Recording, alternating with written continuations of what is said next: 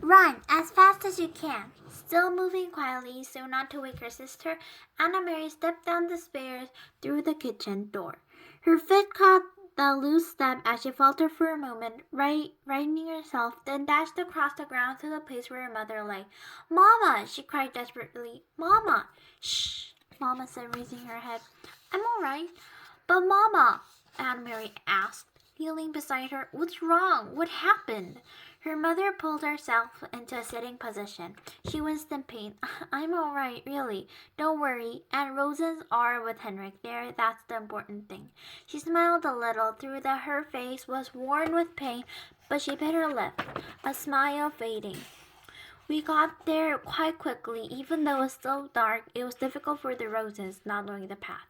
Henrik was there waiting on the boat, and he took them aboard and down began below so quickly to the cabin that they were invisible in an instant. He said the others were already there. Peter had got them there safely too.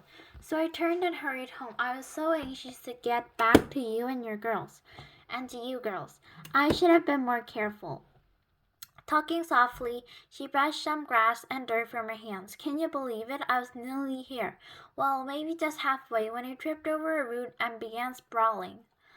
Mama sighed. "So clumsy," she said as if she was scolding herself. "I'm afraid my ankle is broken, Anna Mary. Thank goodness it's nothing worse. An ankle mends, and I am home, and the Roses are with Henrik." "You should have seen me, Anna Mary," she said, shaking her head with a wry look. "You're proper Mama. Clawing inch by inch. I probably look like a junkyard." She reached for Anna Mary's arm. "Here, let me lean on you. I think you support me on this side. I can make my way up to the house." "Goodness, what a clumsy fool I am. Here, let me put your arm over your shoulder. You're such a good, strong, brave girl. Now, very slowly there." Mama's face was white with pain. Anna Mary could see it even though the faint light in the approaching dawn. She hobbled, leaning heavily on her daughter, pausing again and again toward the house.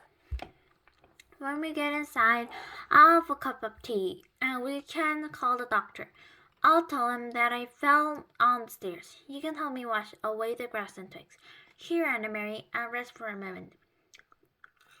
As they reached the house, Mama sank down to the steps and sniffed. She took several deep breaths. Anna Mary sat beside her and held her hand. "Mama, I was so worried when you didn't come back." Mama nodded. "I knew you would be. I thought of you, worrying as I dragged myself along. But here I am, safe with you now. Everything is fine. What time is it? It must be 4:30 or close." "They will sail soon." Mama turned her head and gazed at the meadows in the sky and the vast sea. "There's no stars now, only the great pale sky and the pinkness at its border. So they will be safe too." Anna Mary relaxed. She stroked her mother's hand and looked down at the discordant, swollen ankle. "Mama, what's this?" she asked suddenly, reaching into the glass at the foot of the steps. Mama looked, gasped. "Oh my God," she said. Anna Mary picked it up. She recognized it now, knew what it was. It was a packet that Peter had given to Mr. Rosen. "Miss Rosen tripped on the straps, remember? It must have fallen from his pocket. We'll have to save it and give it back to Peter." Anna Mary handed it to her mother. "Do you know what it is?" Her mother didn't answer. Her face was stricken. She looked at Pat and down at her ankle. "It's important, isn't it, Mama? It was for Uncle Henrik. I remember Peter saying it was very important. I heard him tell the Rosens." Her mother tried to stand but fell back against the shelves. "Oh God, it may have been for nothing." Anna Mary took the packet from her mother's hand and sold. "I will take it. I know the way, and it's almost light now. I can run like the wind." Mama spoke quickly, her voice tense. "Anna Mary, go into the house and get a small basket in the table. Quickly, quickly. Put an apple in it and some cheese. Put this packet underneath. Do you understand? Hurry." Anna Mary did instantly as she was told. The basket, the packet at the bottom. She covered it with a napkin. There was some wrapped cheese, an apple. She glanced around the kitchen, saw some bread, and added that. The little basket was full. She took it where her mother was. I must run to the boat. If anyone should stop you, why it was not me. Anna Mary, you understand how dangerous this is. If your soldiers see you, they will stop you, and they must pretend it's nothing more than a little girl. A silly, empty-headed girl who's taking a lunch to a fisherman.